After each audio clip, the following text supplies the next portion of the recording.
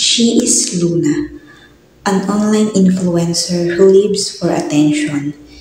She is Ethan's girlfriend, the spotlight seeker. Her status, histrionic personality disorder. He is Ethan, a confident to herself, the Mirror King, Luna's boyfriend. His status, narcissistic personality disorder. She is Mara, a quiet and isolated neighbor. The watches neighbor. Her status, paranoid personality disorder.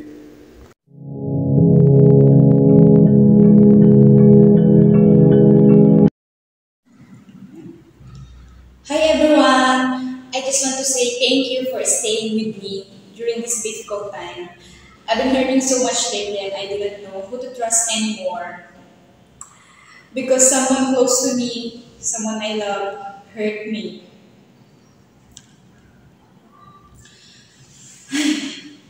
That was not emotional enough. People won't believe that. Okay, I add fake makeup.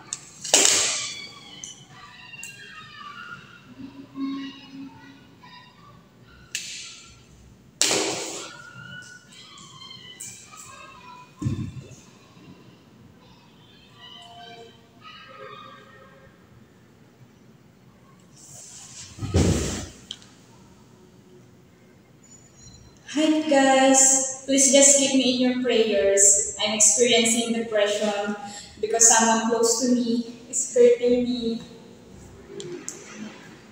Perfect, this will be gone viral online. Poor Luna. Her boyfriend's a monster.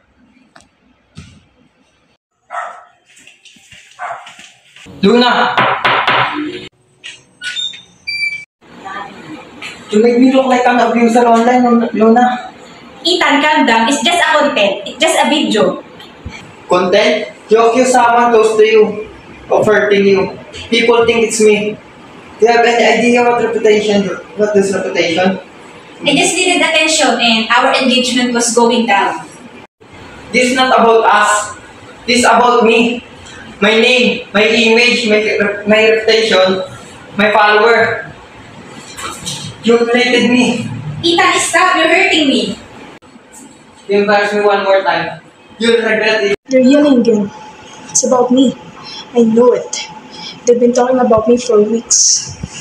Someone close hurt her. Just talking about me. They're trying to ruin my life.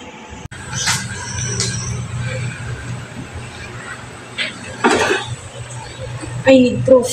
I need to protect myself before they come after me. Okay, just find evidence, then leave.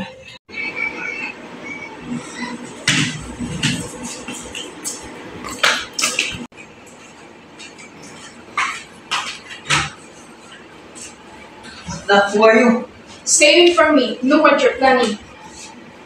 Get out of our house now. Don't hurt me. Don't hurt me.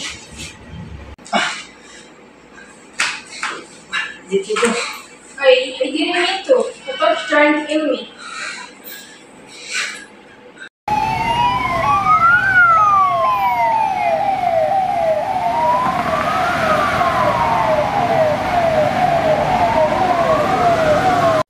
Three minds, three disorders, and one tragic chain of events. Luna's histrionic personality disorder led her to create fake drama for attention, sparkling the conflict. Ethan's narcissistic personality disorder made him react with violence when his ego was threatened. And Mara's paranoid personality disorder distorted reality, convincing her she was in danger. When perception becomes reality, even illusions can kill.